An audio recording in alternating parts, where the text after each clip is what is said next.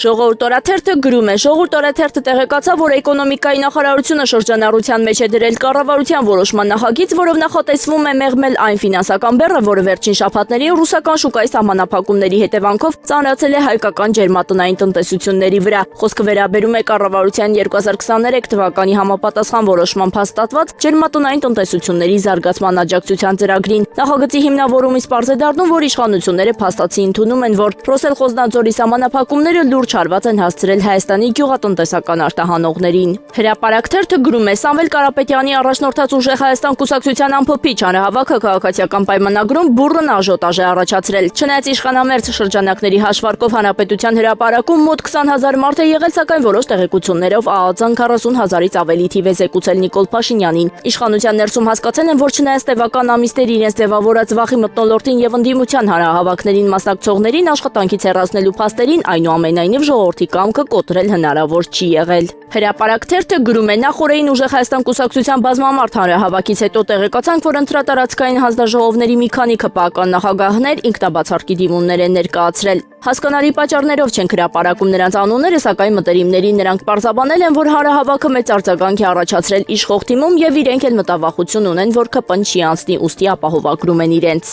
Իրավունքի լավատեղյակ աղբյուրների համաձայն հերթական դավադրությունն է մշակվում ամենայն հայոց կաթողիկոս Գարեգին II-ի դեմ եւ ինչպես միշտ Մայրաթորի ներսից։ Ճիշտ նույն շրջանակները, որոնք 2018-ին խանդավառված էին Նիկոլ Փաշինյանի իրականացրած իշխանափոխությամբ եւ դրդում էին վեհապար Հայրապետին ամեն կերպ հաջողանալ նրան, հիմա արդեն թունդ հականիկոլական դարձած ու նախընտրական էյֆորիայով տարված իրենց PR-ով խորհուրդներով կրկին անհարմար կացության մեջ են դնում կաթողիկոսին։ Սա իհարկե փաթեթավորում են իբրև այս իշխանությանը հեռացնելու հոգևոր լումը, իսկ իրականում հարվածում թիկունքից։ Մեր աղբյուրների համաձայն ինչ-ինչ փակ սենյակներում ոմանց ուղեղներում միտք է փայլատակել, որ եթե ընտրություններին իշխանափոխություն չլինի, իրական հեղափոխական ալիք կարող է փողոցում գեներացվել միայն վեհապար Հայրապետի ձերբակալության դեպքում։ Ժողովուրդ օրաթերթը գրում է. այսօր ավարտվում է հունիսի 7-ին կայանալիք խորհրդարանական ընտրությունների նախընտրական քարոզարշավը։ Ընտրական օրենսգրքի համաձայն վաղը լռության օր է, երբ քաղաքական ուժերին արգելվում է որևէ ձևով քարոզչություն իրականացնել։ Քարոզարշավի ողջ ընթացքում հիմնական քաղաքական դերակատարներն արդեն հասցրել են ներկայացնել իրենց ծրագրերը, խոստումները եւ փոխադարձ մեղադրանքները։ Ուստի ընտրություններից ընդամենը մեկ օր առաջ էական անակնկալները ակնկալելը դժվար է։ Քաղաքական շրջանակներում գերիշխող գնահատականն այն է, որ քարոզարշավի ընթացքում ձևավորված պատկերը մեծ հաշվով կարտացոլվի նաեւ քվեարկության արդյունքներում։